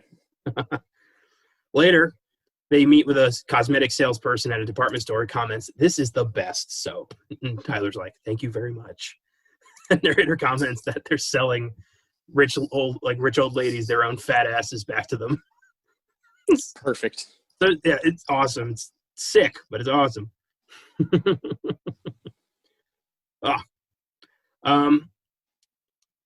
So I think around this time, the narrator runs into Bob, just walking around, and Bob's like, "We thought you were dead." Hugs him and says, I found a new club, but we're not supposed to talk about it. That's one of the rules. And the narrator's like, I'm a member. I know what you're talking about. I love that Bob just found it independently. Yeah, that's perfect. I'm a member. And then the narrator, along with, and Tyler, hold up a college dropout at gunpoint at a convenience store, threaten to kill him if he doesn't pursue his dream of being a vet. Jesus. Yeah. This is a tough scene, right? Like philosophically, and he's holding this young guy at gunpoint, saying, "What do you want to do? What do you want to do?" And he's like, "Animals," And he's like, "A veterinarian. Yeah, okay, veterinarian. You want to help animals, okay?" And he's like, "Well, I'm going to take your license so I can check up on you. I know where you live." And he's like, in however long, he says, if you're not on your way to becoming a veterinarian, I'm going to kill you. And then, he's like, "Okay, go." And he's like, "Run, Forrest, run." And then he throws the narrator the gun, and he opens it, and there's no bullets in it. Yep. And this philosophy of be really tough on people and force them to do exactly what they want to do because no one else is, like light a fire under their ass sort of mentality is, obviously effective in some manner, but it's not right to treat people that way. So it's a very gray, like, character and philosophy that he goes by. Basically, he's Jim Jones. He's a cult leader. He's creating. Yeah. He's become this mythical folk figure to Fight Club. Like the way they describe Tyler Durden is like, he's 7 feet tall and he shoots fire and he's a ghost. Like they describe him like he's a mythical creature. It's crazy. It's all because, Edward Norton was beating his own ass. Crazy. Yeah. Around that time, a Fight Club is interrupted by Lou, the bar owner who owns the bar that they're having Fight Club in. And he beats the shit out of Tyler when he's not falling in line. Oh, man, this is a great scene when, who are you? You see Lou's Tavern? I'm fucking Lou. And he's like, "Oh, I'm Tyler." It's just, God, this is a great scene. And then after just beating him, half to death, Tyler jumps Lou and coughs blood all over him and just demands to keep the basement. Lou agrees and they're like, "You can keep the basement. Just don't stop it." Oh, man. Brad Pitt, when he's down and then just jumps on him and he's like, "You don't know where I've been, Lou." And then his buddies, help him up, right? Because he's down still, and he just spent all of his energy saving this space for them to keep fighting. And so his boys help him over, and when he sits down and he picks his leg up and carries it over, and he gives them that assignment of go pick a fight, like in your normal day, normally daily lives. So cool. That demented cackle he does when he's on the ground. Yeah. Jesus Christ. I mean, if he had been nominated, this is the scene. Like, I think so. Yeah. Well, yeah. I think when he's like, "Oh shit, I lost it." When Lou keeps punching him and he's like, "Oh, I heard you. Oh fuck, I lost it." That whole bit, is his Oscar campaign. Damn. I wish we could retroactively give Oscars. I know, man. Yeah. Oh, yeah. So he tells these guys pick a fight in real life, and we get this montage of members of Fight Club just starting shit out in the wild. And I love the one guy who keeps spraying the businessman with the hose. That's the best. And the guy's like, "Just stop." He doesn't know how to handle this situation. What are you doing? Yeah, stop. Nobody wants to be in a fight. And, it takes a lot to get somebody to that mental point where they're willing to throw a punch at you. I mean, certain people, some people will just, go there immediately. But normal people don't get triggered that quickly. Well, and they don't want to trigger somebody else, right? They want to avoid getting hit. So, that's a very good scene. One of them antagonizes a priest. Like, Jesus Christ. Yeah, hilarious scene. Like, hits the book out of his hand. Yeah. "What are you going to do about it, priest?" Yeah, and he's just like, "Stop. What are you doing?" I love how funny this movie is. Oh, it's fucking hilarious. Yeah. Poignant, funny, innovative. Yeah, everything. Like kind of crosses everything off the board. Yeah. So after a bit of that, Marla leaves. Tyler introduces the narrator to his new thing. I'm using his skills in soap making. Tyler has turned the basement of the house into a lab where he uses soap and other household ingredients to make dynamite. And the narrator gets a call from the arson department at the cops and says, "Hey, your apartment was blown up with homemade dynamite." Connecting those dots. Tyler and the narrator continue managing Fight Club, but this time, they're not exactly together. Tyler's much more involved than the narrator is. He's been getting flack at work. I love gradually he's giving less of a shit at his job. He's like not even wearing a tie anymore. He's not talking. He's not even doing his work. And he finally has a confrontation with his boss where he blackmails him. He says he knows about the substandard practice of the recall thing and says he'll keep his mouth shut if he's allowed to work from home with increased pay. The guy's like, who the fuck do you think you are? Yeah, that's our guy from Tommy Boy. He's like, "Hey, Richard, you got an edit button on that thing?" That is the guy. Oh my god. I had a kidney removed last summer, but I still have the other one. Boy, would I like to get some of that. Oh my god. Oh yeah, that guy plays such a douche so well. Yeah. Doesn't know the first thing about brake pads. And so this guy's obviously like, security, and the narrator starts kicking his own ass, severely beating the shit out of himself. Like, just punching himself in the face, throwing himself into tables and shelves. So when security shows up, he's on his knees covered in blood, crying at his boss, "Don't hit me anymore, please." Perfect. And now security thinks, this guy's beating the shit out of employees, so he gets escorted out with a new computer and a stay-at-home job with benefits. Oh. Yeah. If you ever want to, excel at work without doing much work, just walk into your boss's office and just beat the shit out of yourself. That's the lesson. See how that goes. Yeah. I'm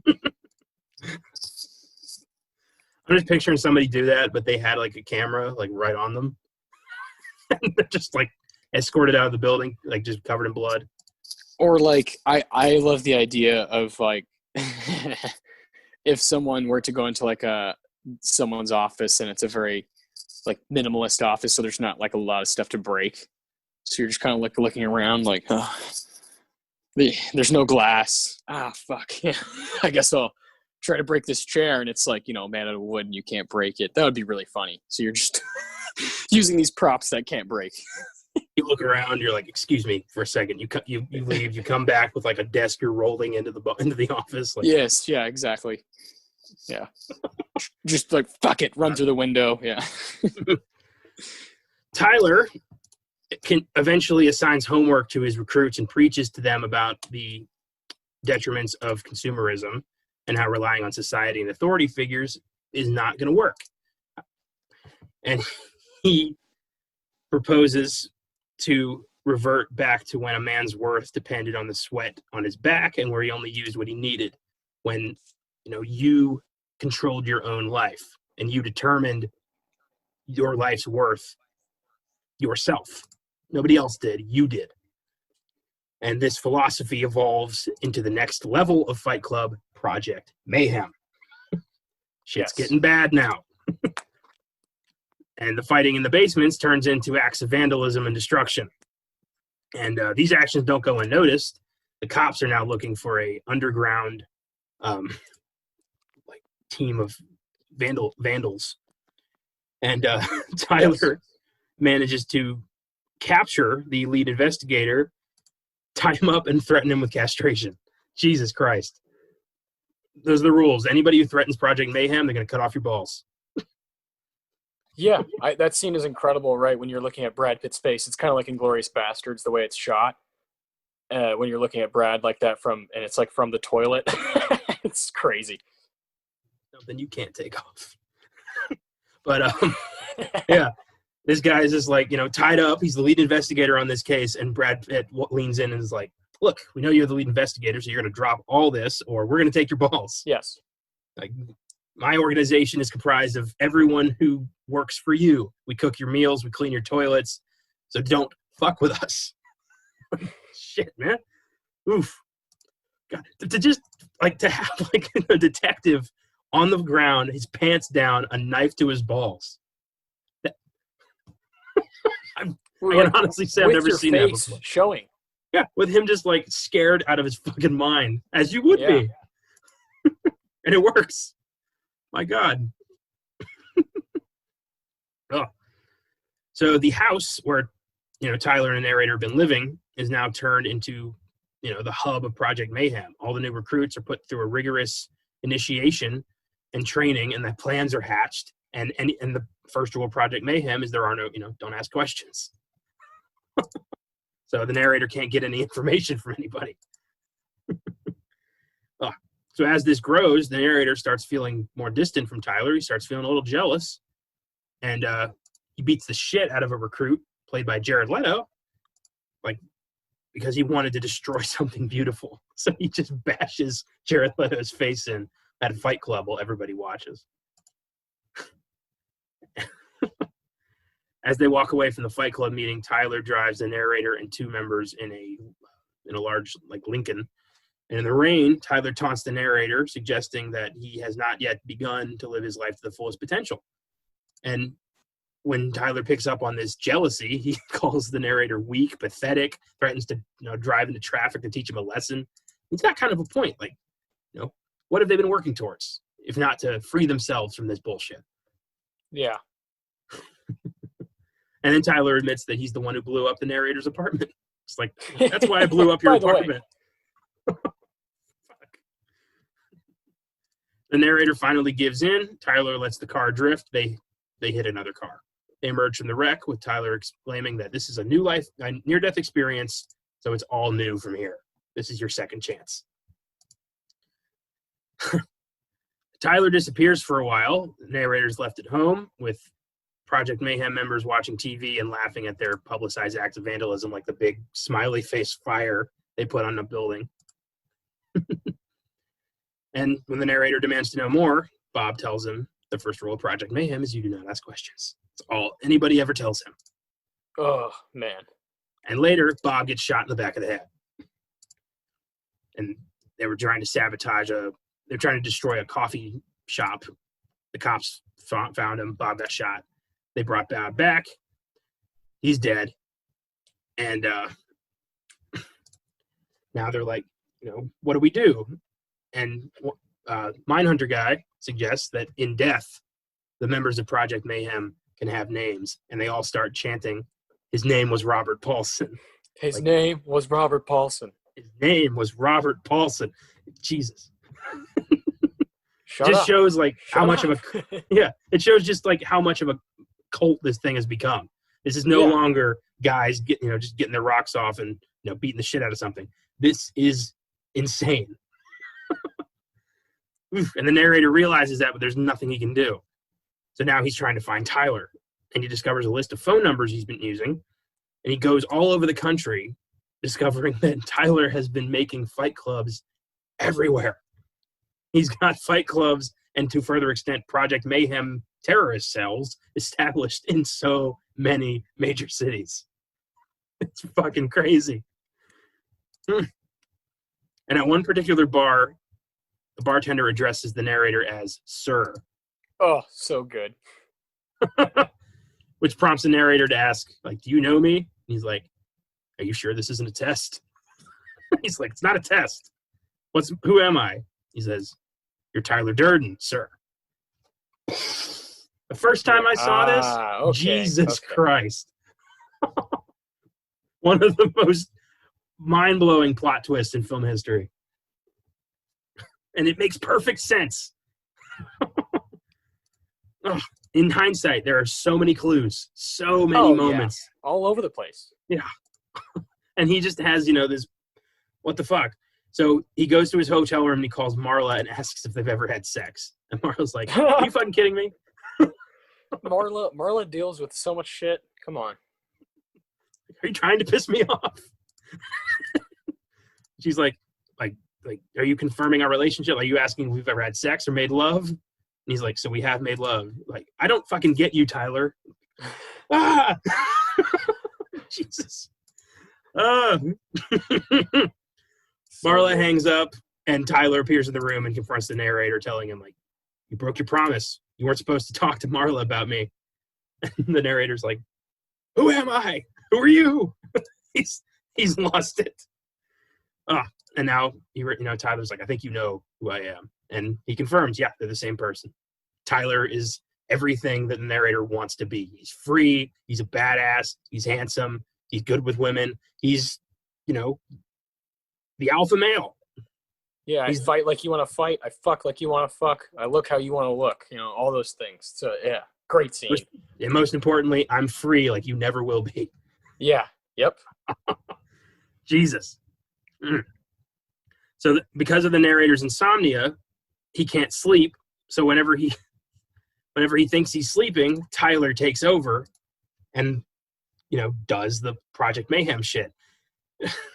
It's so, God damn, this movie is so fucking smart. It doesn't get enough credit for how brilliantly layered this thing is. It's great. It's like, yeah, it's like a tiramisu. It's amazing. And I'll never forget that first time that I was like, whoa, in the hotel room when you're putting everything together. Oh, it all makes sense now. It's just one of those kind of perfectly wrapped with a bow. I will say that if it would have ended right there, that would have been pretty fucking powerful. But it still does have a nice, last 20 minutes or so. With this and The Sixth Sense, 99 was really the year of the twist. No kidding. Damn. So yeah, when he wakes up, he faints. He wakes up. He finds another phone list with calls from all over the country. Tyler took over again. He returns to his home, find it completely empty, except for a bulletin board with a display of folders detailing certain buildings in the financial district.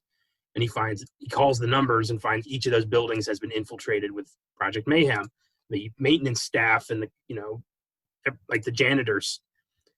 And he realizes Tyler's going to destroy them, erasing credit card company records and wiping the debt slate clean. It's going to cause financial chaos. And this isn't just going to happen here. It's going to happen fucking everywhere. My God.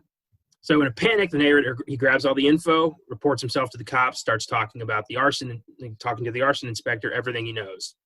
And he goes to check up on stuff, and the cops he's left with are like, this is very brave, sir. I didn't think it would come to this. I didn't think you'd be able to do it, but we are more than willing to service. And he's like, fuck, the cops are in on it. The cops are Project Mayhem people.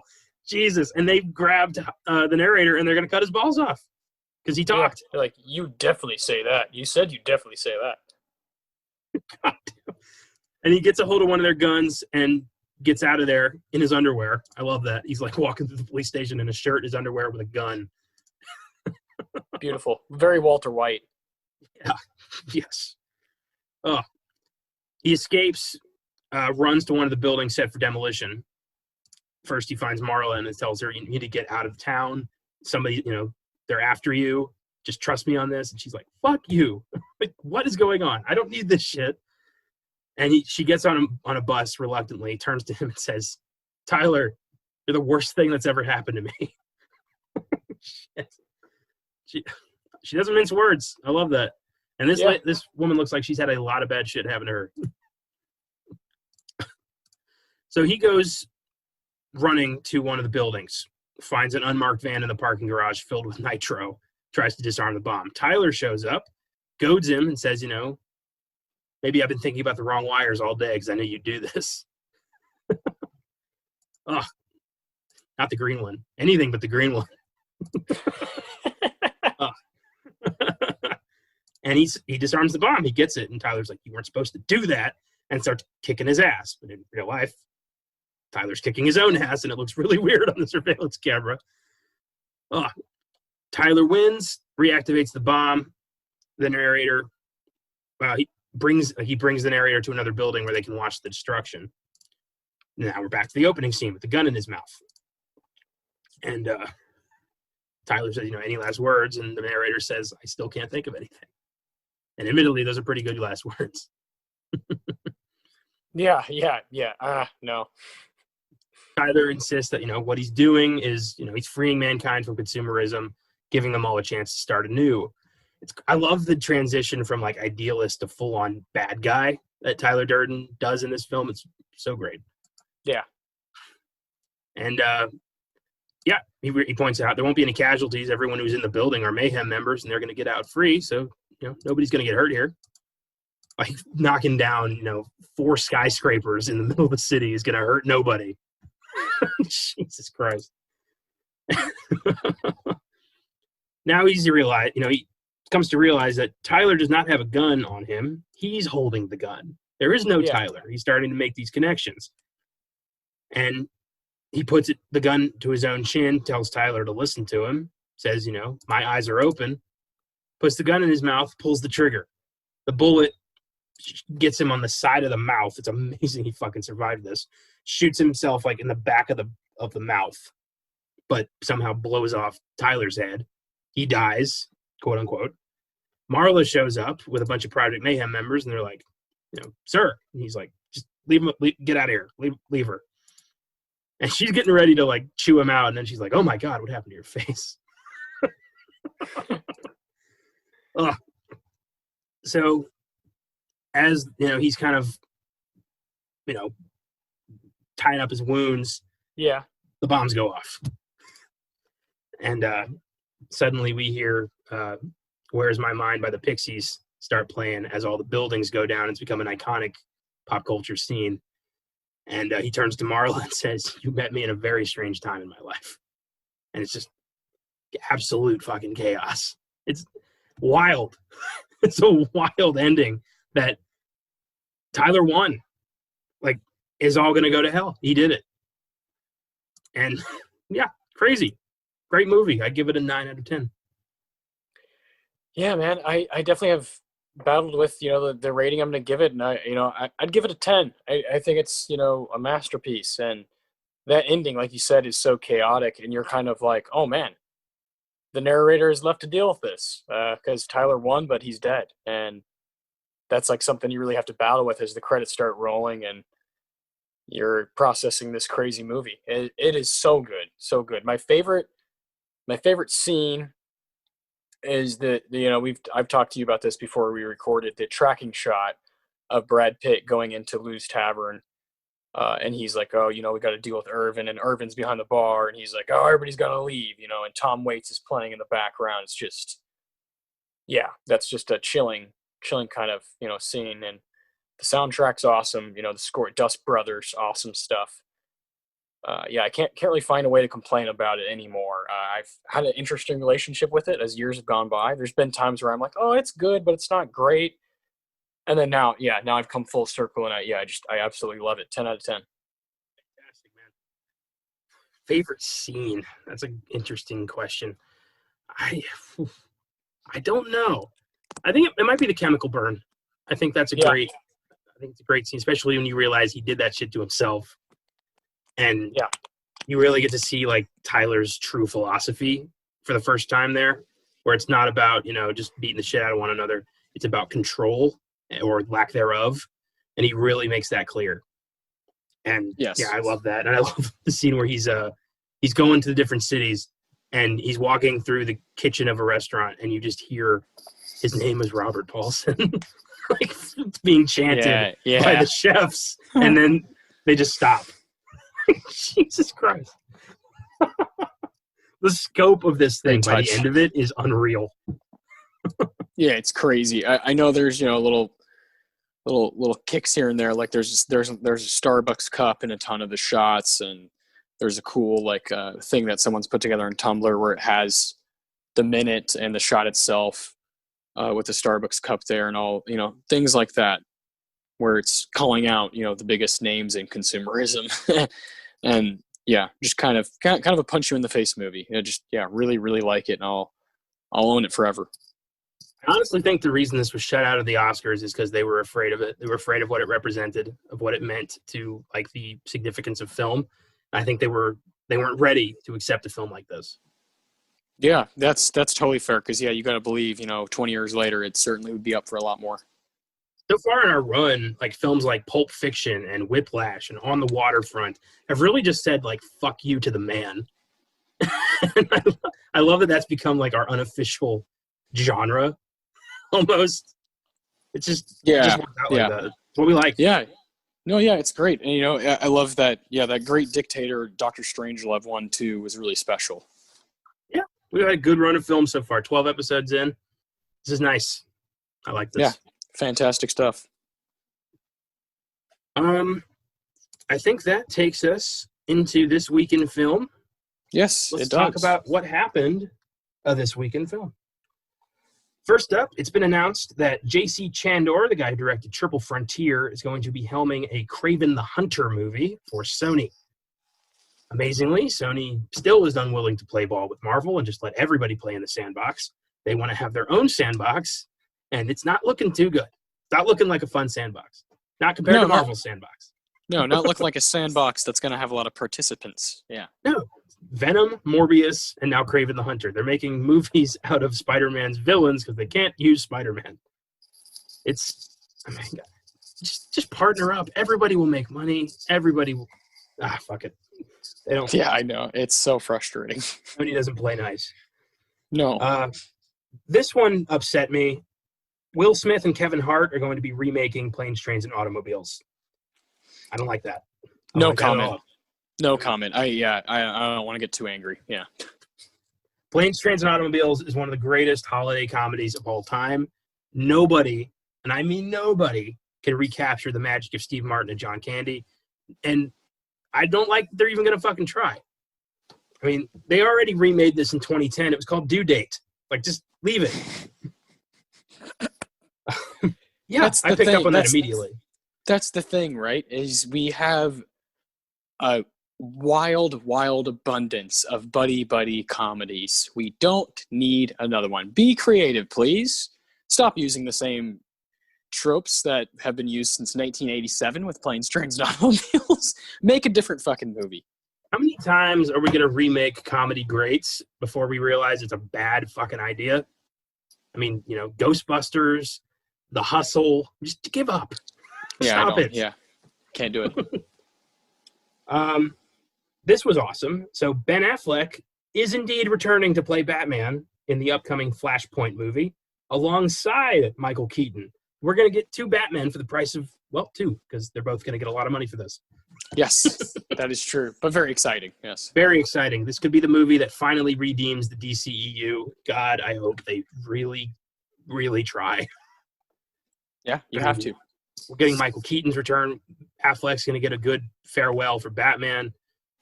Andy Muschietti, who did the It films, is doing this. So that's great.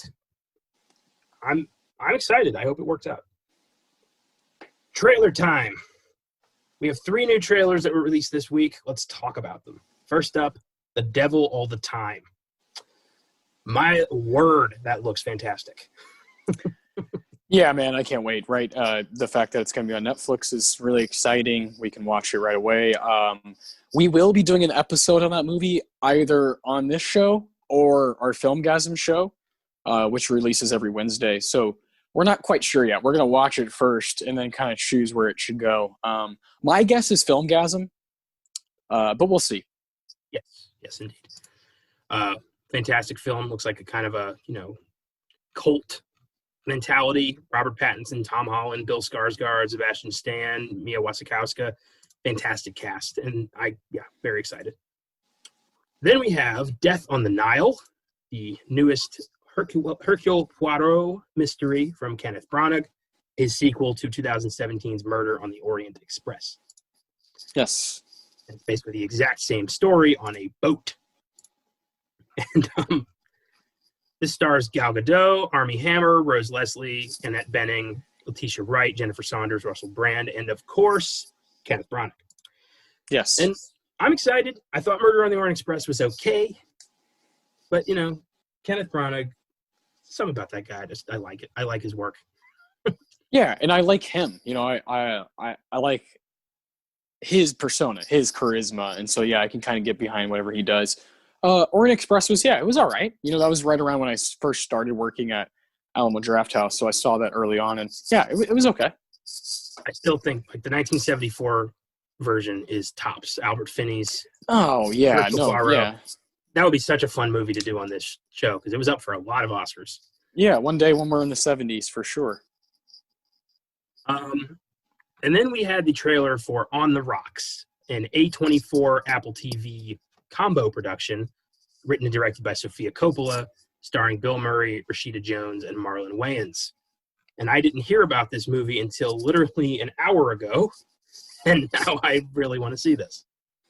Yeah, man. Sophia's, you know, she's the shit. I love her. One of the more, in my opinion, one of the more strong, female directors that we have. Super excited for that because it clearly has some similar vibes and atmosphere to Lost in Translation. Her her muse, Bill Murray, the man himself, drinking scotch. Yeah, I can't wait, man. I'm super hyped for that one. I don't know when we'll be able to see it, and I'm not sure if we'll ever do a proper podcast on it, but we'll definitely have a review up at some point. With all these, streaming services, we can't afford all of them. We're not Apple TV subscribers. There are some films on Apple TV I'd love to see: Greyhound, The Banker, now On the Rocks. But I just, I'm not willing to shell those extra bucks. You got to draw the line somewhere. Yeah, exactly. There's already, like you said, there's already these other streaming services and all these things that you're into. And at some point you got to draw the line for yourself, for your own sanity. So you're not just always watching, you got to live a little too. This is how I live. But agreed, but there's still a window. Yeah. If we ever get a DVD release on some of these films, then absolutely we'll try to, talk about them in some capacity. But obviously we're not going to be, week of. That's impossible. So, sorry. Yeah, don't have the funds to do so. One day. So what are we doing next week? Next week is going to be very interesting. So if you've been with us, thank you for coming back. We're really enjoying this. Is now 12 episodes in on this show, and we're really happy with it and have a really cool schedule lined up for different kinds of movies. And we're always trying to move all over these different decades of the Oscars. So last week we were able to cover Wings from 1927. And at that point we had covered every single decade that the Oscars have, been around. So we reshuffled, the cycle. And so we're back in the 90s with Fight Club today. Hope you guys had fun listening to that. Next week is kind of a wild card because we did Defy Bloods last time around on this cycle. So I decided to go with a foreign film. I wanted to choose a film neither of us had seen. And what's fascinating about this one is it was up for Best Foreign Language Film, won, and was also up for Best Picture. So you got kind of, a film that broke those barriers. And it's 1969's Z, which was directed by Costa Gavras. It's a French-Algerian movie directed by a Greek guy. We're really excited to dive into that. I've read nothing but amazing things about it. It's available on Amazon Prime right now to rent for $2.99 SD, $3.99 HD, and then it's also available on Criterion Channel to watch for free if you have the service. Highly suggest trying that trial out if you can. I believe it's a free 2-week trial. After that, it's about $11 a month. That's how we're going to watch Z if you want to keep up and come back next week and listen to us talk about our first foreign film that we're doing here. I thought it was fitting to choose a movie that we haven't seen because that's kind of, part of the growing process with watching foreign films, right, is reaching out and seeing stuff you've never heard of or seen. So that's what we're trying to do here. I'm really excited. Yes, indeed. Very excited as well. I've really been like the past couple years where I've really started to open myself up to foreign film, and I've liked a lot of what I've seen. And this will be, another journey. I'm excited. And I think this is of the first 12, this will be the first one I think neither of us have seen on the first watch. In the bedroom. Oh, yeah. Okay. Second then. That's it. Yeah, just those two. Very different movies. Yeah. No, yeah. I like that anticipation. It's happened a few times on Filmgazm, especially when we were seeing new films last year. But that anticipation of, we're watching these movies with a really serious lens, so that we can come out and say what we think should have been awarded or not awarded. So we're gonna watch Z for the first time with that lens. Really excited. I think if you want to hear something really different from what we've done on Filmgazm and here on Oscar Sunday, I'd say come back next week for Z. Yes, indeed. And this week on the Filmgazm podcast, we are revisiting an old favorite. We're going to 1997, I believe, Scream 2. Yeah, that's right. And Scream 3, I think, is 99, right? Or am I wrong? 2000. Damn. Okay. Yeah, so Scream is 96 and Scream 2 is 97. So they went back to back because they were like, we got to capitalize off this shit. Art, Scream 2 is a great sequel. Josh will be joining us. And you can check out Scream 2 and Z on Spotify. We are now on Spotify. So very excited about that. We're just growing. We're only going to get better. And thank you for being with us this long if you're a long-time listener. And if you're new, well, check out some of our back catalog. You might like it. Yeah, for real. We got a lot of it. And I think that about wraps it up for Fight Club. This was a great episode. Had a lot of fun doing this movie. And looking forward to Z next week. We'll see you next Sunday. Peace.